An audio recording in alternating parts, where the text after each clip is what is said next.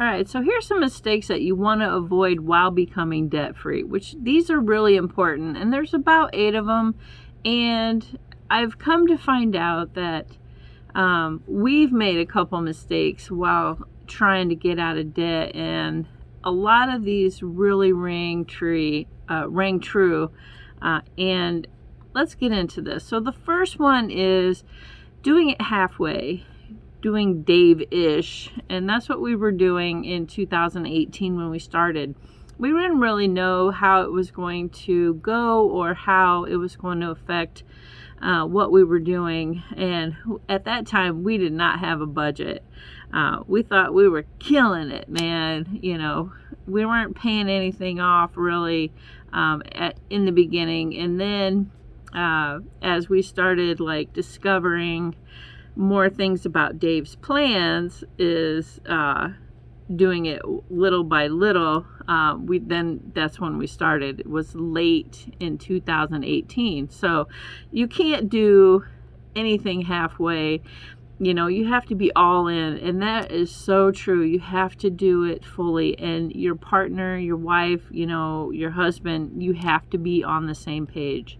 So when you're making those sacrifices, you can reap those big benefits later. So number 2 is attachment to your car.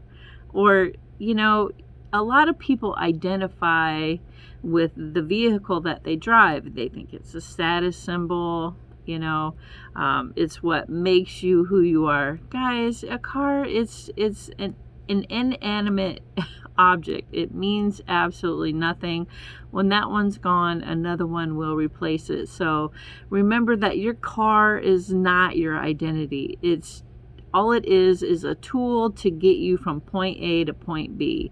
So if you have this astronomical car payment that you really can't afford, and you've just you're too stupid to get rid of it, but you have to come to terms with it. It's a car. When you get in a better place that you can afford it and pay cash for it, and that baby's going to be yours, and then you will have so much more pride in that vehicle because you struggled to get it, and get another one when you're in a much, better place. So the third one is, don't go shopping when you're hungry.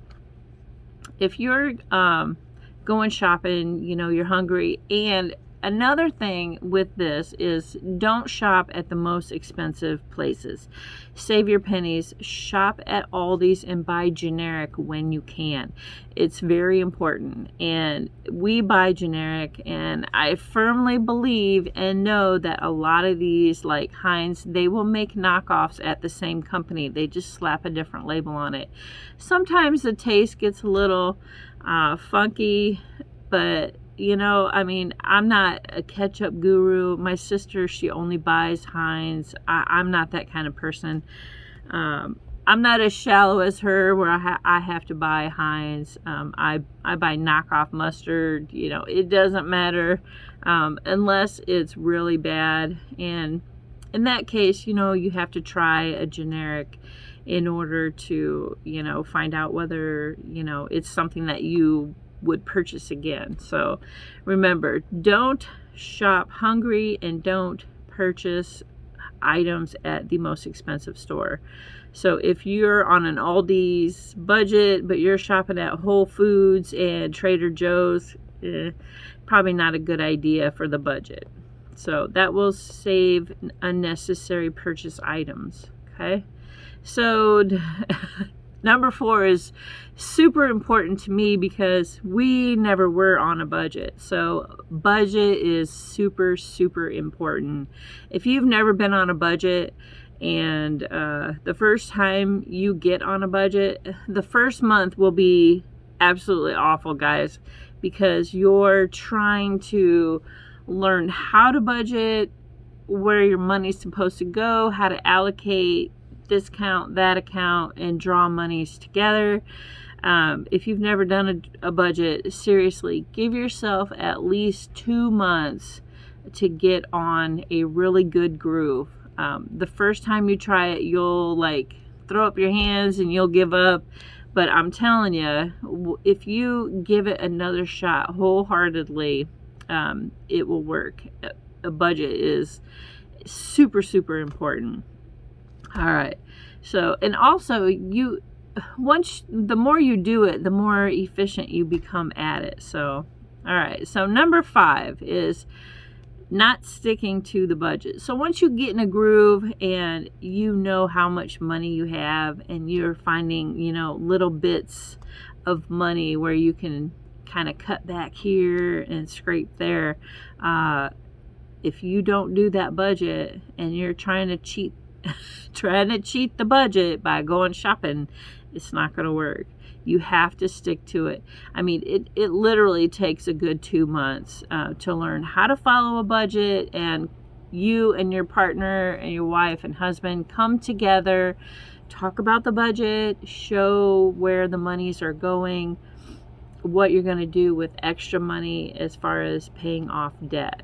So it really helps you come together into terms with communication as well. And that brings us to number 6, not communicating. So arguing when you make mistakes is really not going to help anything. But if you guys are sitting down together, doing the budget, showing where the monies are going, what has to be paid, what you have extra, what's going to groceries, and I'm telling you, for the first month, you need to save every receipt that you can, because those are the things, your gas station coffees, your Starbucks, those are the things that you're going to want to cut out.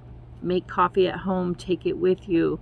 If you have a pod, coffee, you can buy pods for the price of one Starbucks, and you can get 16 or whatever in a box. So make sure that you guys are communicating, and if you make a mistake, own it together and don't place blame. Okay.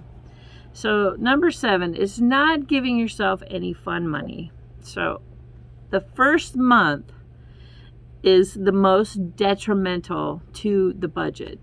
So in the first month, do not give yourself any fun money, because you need to find out where every single dollar is going.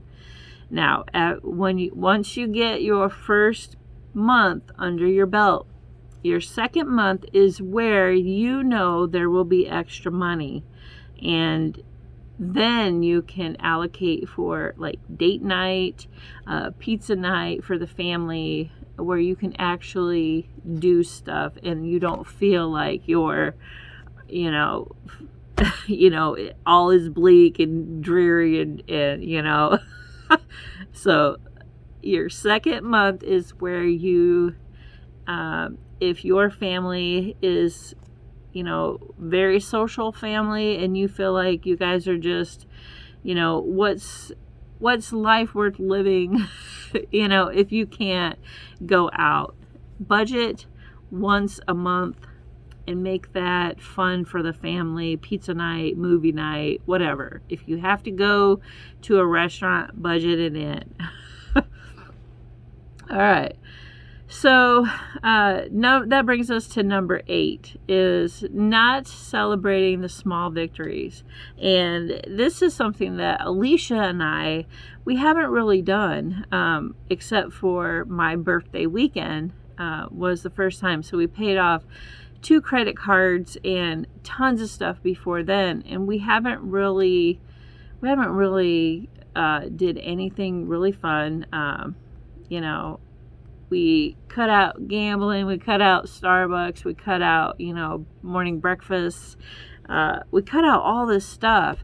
So then once we got her 2 credit cards paid off and started on the Discover card, my birthday came up. So she said, well, why don't we just take that week and, have a little fun with it? So we did. And maybe we shouldn't have spent, as much as we did, but we had a really good time, and it really makes you appreciate the milestones, and every single one of them are very important for your success. Now, this next time we won't celebrate as big because it's not like a big deal.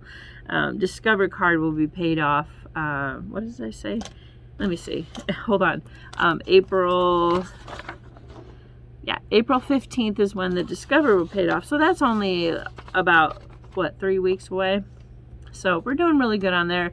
But remember to celebrate your small victories and places that mark accomplishments, because your family's definitely going to need it. It's really tough being on a debt-free journey, guys. It is what it is. I'm not going to lie.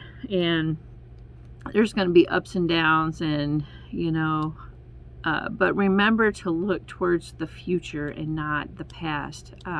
Especially money brings a lot of fights and stuff like that with your partner in a relationship. If you're already having money troubles, this actually might be the best thing for you.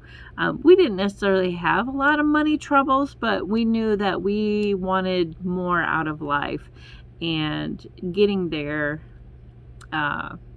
we knew it was going to be tough.